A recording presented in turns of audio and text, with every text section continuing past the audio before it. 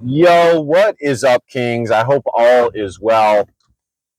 So, I actually, much like a bunch of my videos, I recorded this before, but my gosh dang phone storage always leaves me in the dust. Maybe I should stop admitting that. But what can I say? I'm a very honest and transparent guy.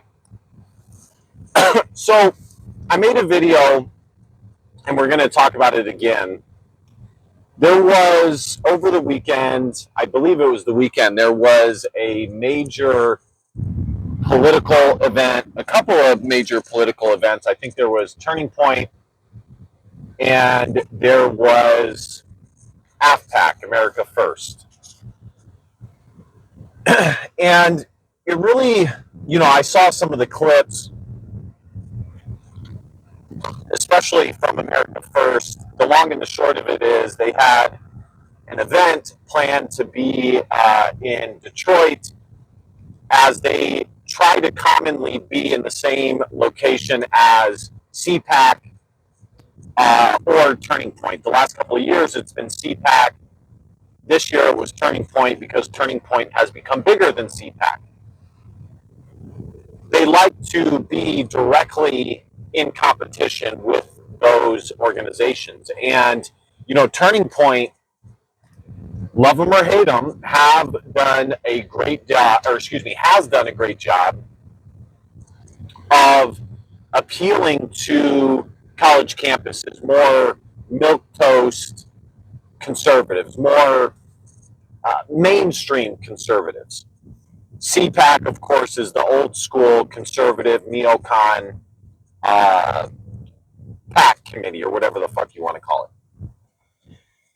And I saw some of these clips, and then, of course, it got shut down, and then they end up having this impromptu event outside of Turning Point, and it was unreal. The support that was given to this conference. And so it made me think about, in one way, shape, or form, I've talked about this in my videos, but it made me think about kind of what's going on in America, specifically with regards to popular culture, politics, and things like that. Culture, the whole nine yards. I forget, there's the saying that politics is downstream from culture and culture is down, something like that. And the bottom line is, guys, that in America, and I think in the West, we really are approaching a convergent time, a watershed moment, if you will. And I don't know exactly which moment that will be, but we are approaching it nonetheless. And when I say approaching it, I mean like within the next 100 years, okay? Because I think when some people hear me say that, they think I'm referring to like in the next 10 years. It could be, but to me, if you look at the span of human history, 100 years' time is a relatively short period of time, spanning across history. So that's what I mean when I say that. We really are approaching it. And if you look at America, and again, this is happening in other European countries as well, you're seeing kind of the old guard, the establishment, if you will, grasping and clutching to hold on to the power that they have. And the power that I'm referring to would be the power that was gained, I would say, primarily due to the impact of World War I and World War II. Okay. None of this is happenstance, guys. None of this is by accident. Things happen and there are consequences, good or bad. You look at the right wing of America, and I've done videos on this. You have paleoconservatism, a more nationalist approach with the backdrop of social conservatism, Christianity, things like that. And then you have the old guard of the establishment.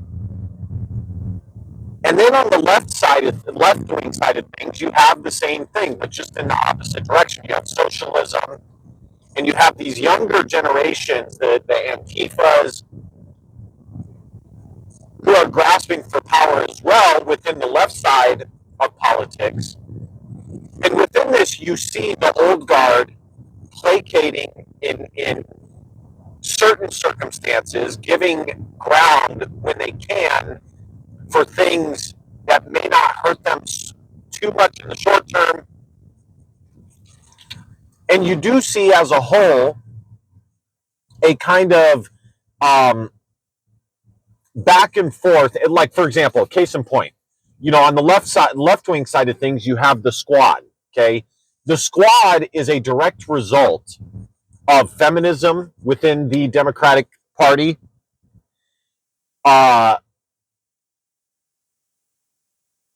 A push for women in politics, this kind of gender neutrality where men and women are interchangeable.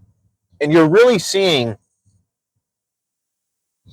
the new guard approaching the old guard within the left wing of politics. No, we saw this come to a head with Bernie Sanders, and unfortunately for him, he didn't have enough power, and the DNC asked him to relinquish his campaign in favor of Hillary Clinton.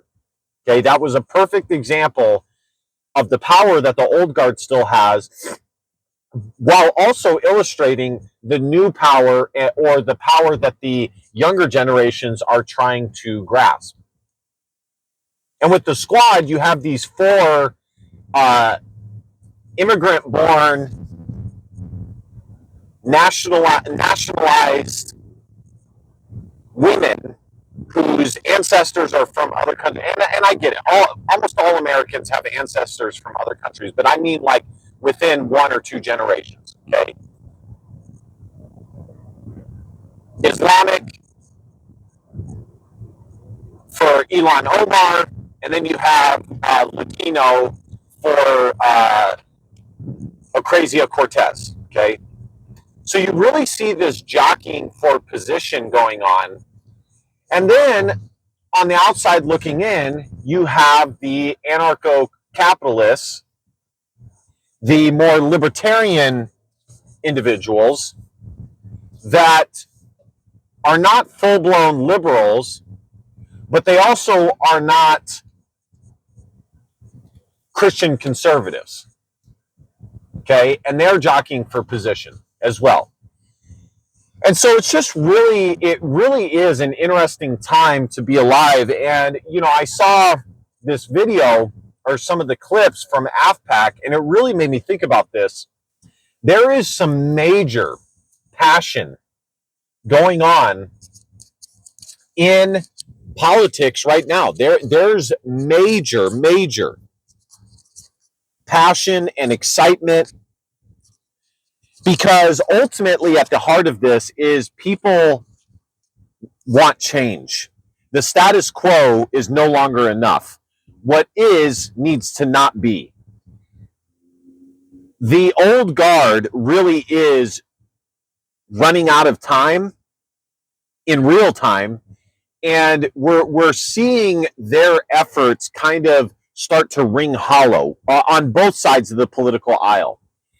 And so it's going to be very, very interesting to see how this plays out. The passion from the young people, the closest that we have come to this in recent memory would maybe be in the 60s. And I think we are headed for even more of a cultural revolution, a shakeup of the status quo than what we saw in the 60s. Okay, because there are some major big ideas being discussed. I mean, major ideas being discussed. Things that have never really been talked about before. And so ultimately, it's very interesting, watching the AFPAC, and I may not end up dropping this video for a variety of reasons, but the The guy in charge, Nick Fuentes, is extremely articulate, extremely intelligent. He is an excellent public speaker. And to see the amount of people that showed up to an event that was canceled and the support that they gave was astounding. And I've told you guys many times before that a lot of old heads think they believe in the common trope of, well, we need to get as many people to believe what we believe in order to win, in order to be successful. And that is a false mindset, because what happens is when you end up doing that, you end up shedding bits and pieces of your belief system to the point where you basically have a very hollow worldview and a very hollow aspects to things that you're advocating for.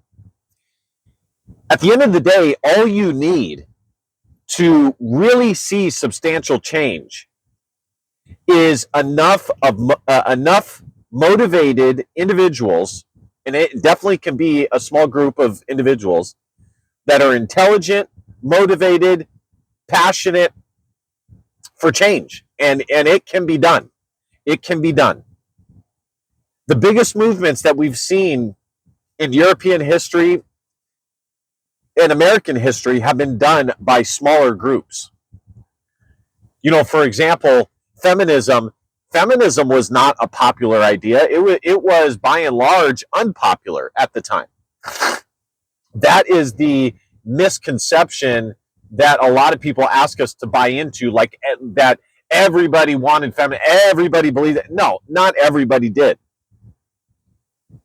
So when I see what I see, it is certainly possible to implement and see those changes through. It'll take time, but it is certainly possible. Now, you do need, especially if you're going to go through it by means of the democracy, eventually you will need a certain amount of support. But at a certain level,